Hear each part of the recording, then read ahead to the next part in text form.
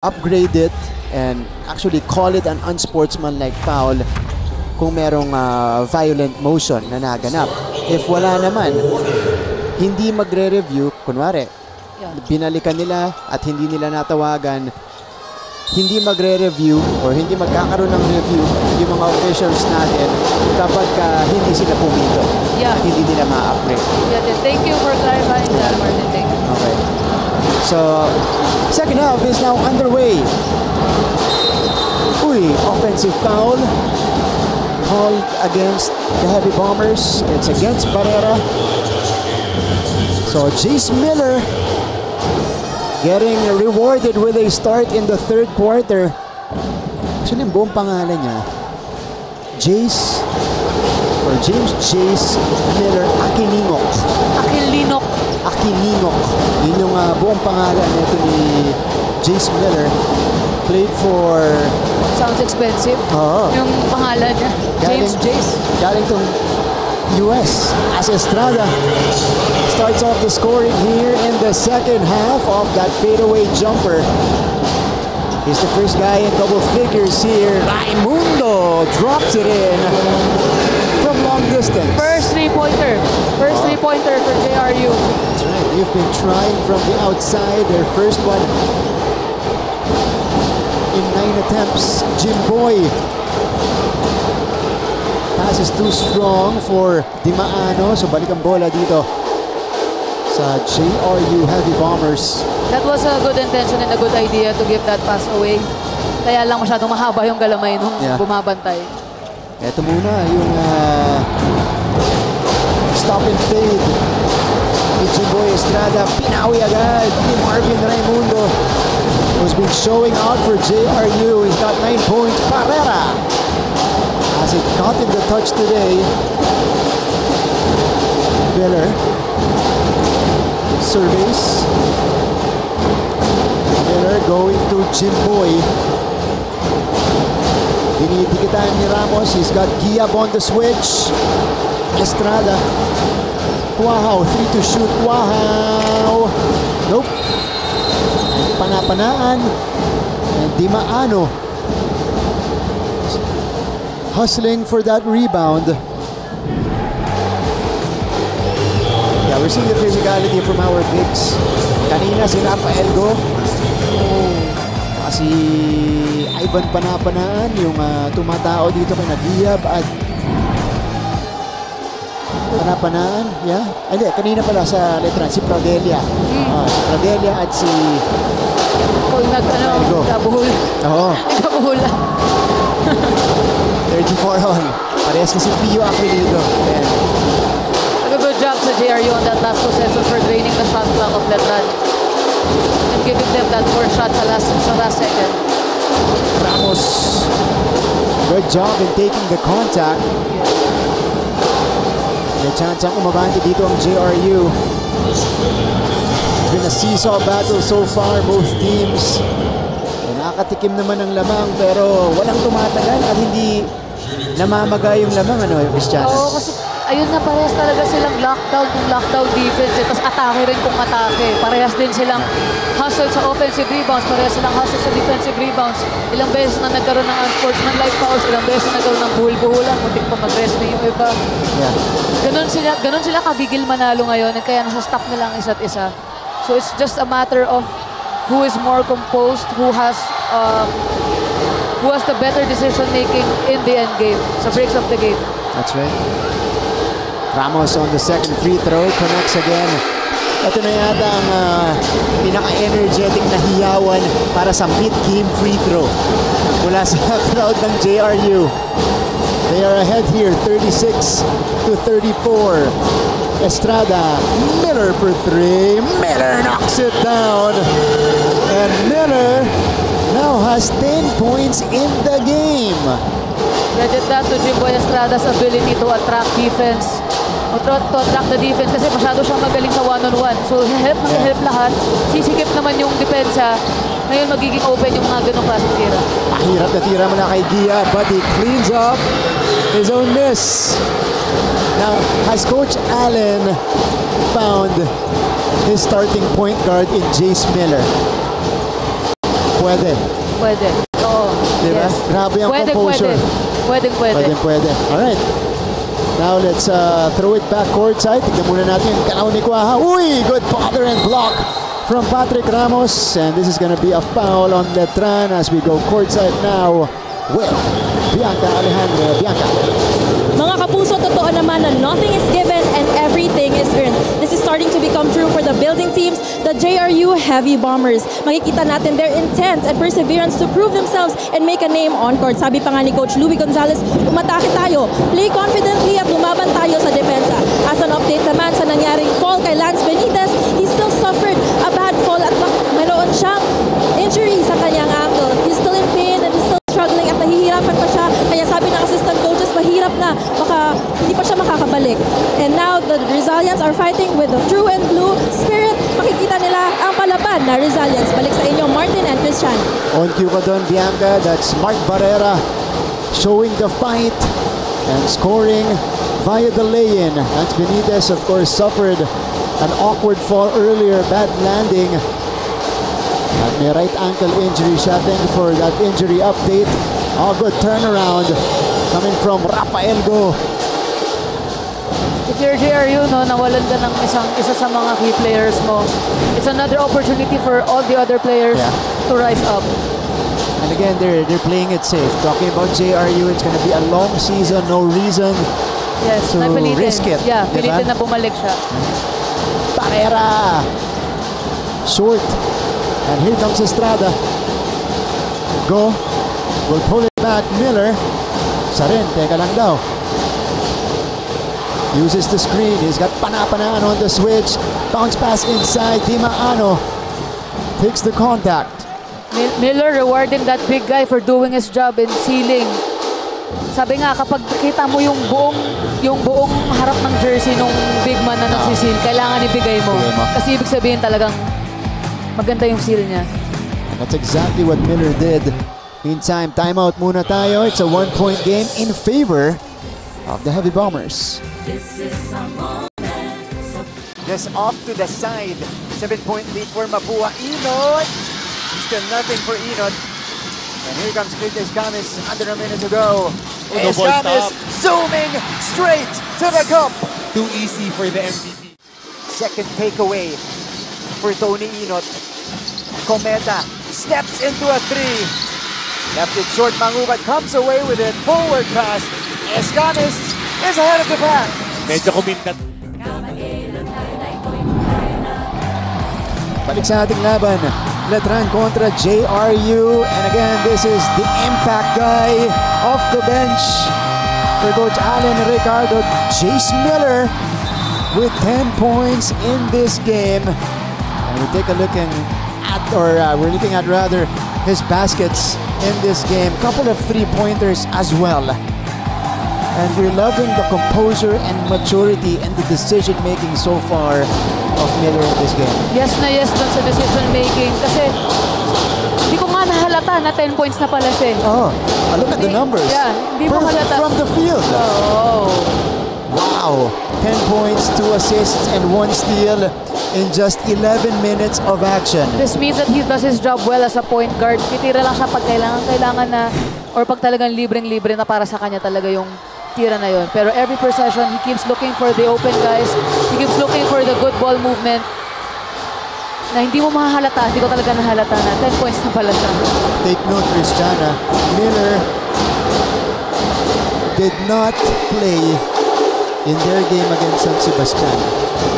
Kaya maraming nagulat dito sa hugot ni Coach Allen Ricardo. I'm seeing it right now.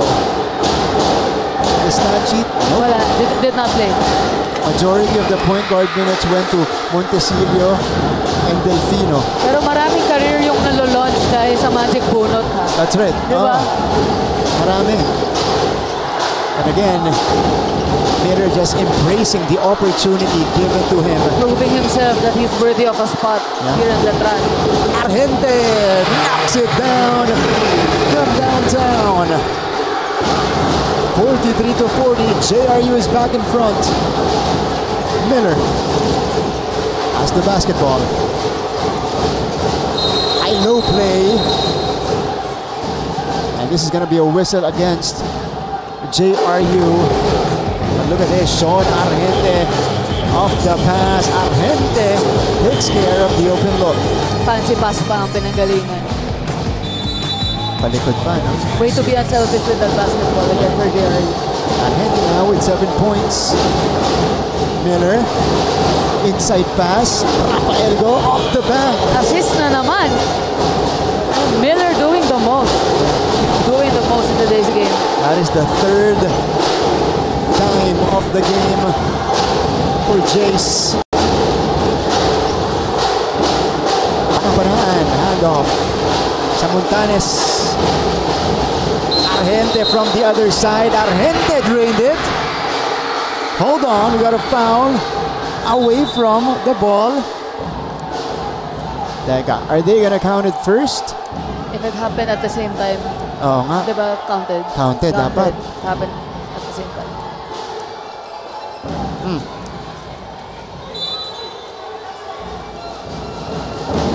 But still, Argente is getting his composure back. Yeah. Little by little in today's game. Very exciting. So they count the three-pointer for Sean Argente. So that's 2 3-pointers. Dito sa ating third quarter para kay Sean. Nailing it from both sides. As may foul pa na itinawag dito sa Letran. So mananatili ang bola sa JRU. Teka. We've had a few reviews already dito sa ating laban. And there's gonna be another one. Tinitignan nila. Okay.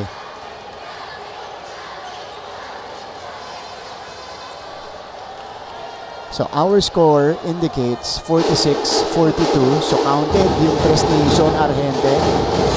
Tapos foul din. Foul din. Bola. Ano kaya ni-review nung referee natin? Okay. We gotta ask them later. So JRU will have a fresh shot clock to work with. Sean, oh! Erased by Estrada. Natin kanina, Struggling, first half. sana ma-improve yung 3-point shooting because it's gonna win you more games kapag mas may shooters ka. So right now, they're showing us that they can shoot from outside the arc. Tatlo na sila dito. Dalawa galing kay Argente. And here he is again. Inside the arc this time. And Argente is hot here in the third. He's got 12 points already. That's credit to the very shifty motion ng play ng JRU na walang nagsistay still. All of them keep moving. They do cuts. Bibigay sila ng off-the-ball screens. Kaya di hamak na may malilibre sa mga ganong klaseng drive and pull up. And it's another setup from Miller. This time going to his big Inti Maano, who scored inside. So Letran retaliates. It's back down to a 4-point lead for JRU. They're now going more to Sean Argente. Ito ulit siya. Shot clock is winding down. Argente lost it. Miller goes the other way. Miller gets fouled. 2 free throws coming up here for Jace Miller. Miller just using his speed in drawing that foul on that fast break. Ang bumantay doon, itong si Mark Barrera. Meantime, let's go first to this timeout. JRU may kaunting cushion in this stretch. It's a 4-point lead. Let's go to this timeout. Huwag kayong matakot tumanggap ng bola at trabahuhin natin ang biyaya. Yan muna mula sa panig ng Arellano Chiefs, Martin and Bert. Maraming salamat, Laisel Galpo.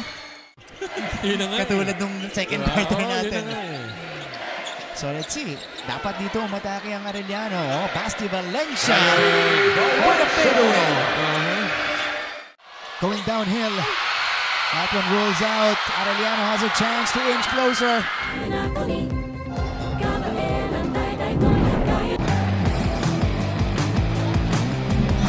Back to the coverage. Sean Argente catching fire in the third period. 12 points in total. And 8 of those points coming here in the third quarter alone. Grabe, Sean Argente again gaining his confidence back. And yung 3 puntos niya kanina. This player was, again, the breakout performer in our opening day in season 99, but he has faded as we went along with the season. Pero dito, nagpapakilala ulit siya. And again, minus the leading scorers for... Sana, dapat yung kumukuha ng scoring load. Yes, and right now naman nakikita natin na si Coach Louie, binibigyan din siya ng tiwala at ng confidence na sige, tira mo lang na itira yung bola, dyan ka lang sa loob. Like we've seen in the earlier possessions, nagkakaroon siya ng ilang mga giggle turnovers, di ba? But he's still inside. So we know that Coach Louie is giving him faith and tiwala nga sa kanya na kaya niyang makabalik. Sean Argente with 12. Jace Miller knocking down both free throws. So we have a 2-point game. Miller leads the way for Letran with 12. Medina stops on a dime. And we have a whistle on the rebound, which was snatched by Jimboy Estrada. Si Medina yung kumuha nito. Estrada grabbing the board. That's a personal on JRU. That's Carl De Jesus called for it. Way to hustle din para kay Jimboy Estrada, especially now that both teams are in penalty. So siguro mas dapat considerin nila na to attack the ball and be more aggressive pagdating sa mga fast break to attract the fouls. And I've been saying magkakatalo tong game na to sa breaks of the game. Sinong mas may composure, sinong may mas magandang mga desisyon, and sino yung hindi magkakaroon ng frustration kung kunyari lumamang man yung kabila. Maturity-wise. Free to shoot for Medina. Difficult take. No ball. Nicely done defensively by the Letran Knights, forcing the shot clock violation. And now again, this is the recurring theme of this game. And each quarter, maganda simula ng JRU, pero mas maganda yung panapos ng Letran sa mga quarter. Let's see if makakalamang sila sa possession. Tumabol na ang JRU pagdating sa turnover. Jace Miller. Miller attacks. Miller! Wow! Those handles! The razzle-dazzle by Jace Miller. Can I have this dance? Yeah. What a move. Miller with 14. Grabe naman itong pagpapakilala ni Jace Miller sa NCAA. Grabe yung magic bunot. Sumasaya. We gotta look at it again. Look at this crossover against the big.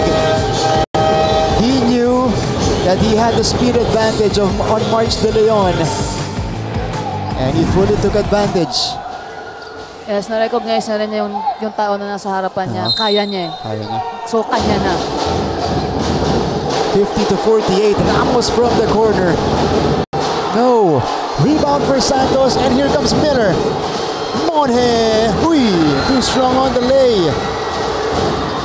One of the things I'm starting to like about this guy is kahit siya yung huling nakashoot, kahit siya yung huling magandang play, sa next play, he's unselfish. He will give up the ball.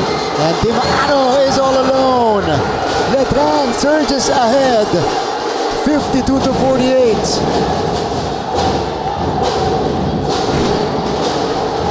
Again, it's the late quarter runs that's really hurting JRU here. Again, first 3 quarters natin, ganyan ang ginawa ng Letran. March De Leon. Wow, it's a 10-0 blitz for the Letran Knights. So and they get the ball, they get the ball back here, Cristiana. Yeah, so if you're JRU right now, you need to make better decisions. You need more ball movement. You need to involve everybody in the team. Dapat best shot selection. Kagaya ng ginagawa nila nung first half. Yeah. Diba? Best shot, best option. Doon nila pinapadating yung bola. 40 seconds remaining here in the third. These two guys dealing damage major damage for Letran. Jimboy Estrada! Wow! It's a showcase for Estrada here, also with 14 points. Pero talaga siyang ganun eh. Yung galing sa sayaw-sayaw na dribble, tapos biglang titigil. Parang Kobe. Yan. Popolap bigla, no? 9 seconds for De Leon. Letran with the 6-point lead. 2 seconds for Estrada. Sabi ng teammate siya, teka lang, wala na oras. Pinaghintay pa kasi niya. Hindi na napansin agad. Yeah. Kailangan na palang itira. And a big finish in the third quarter for Letran will give them their biggest advantage of the game, 54-48, going into the fourth and final chapter. Darating po yan sa ating pagbabalik dito sa NCAA Season 100.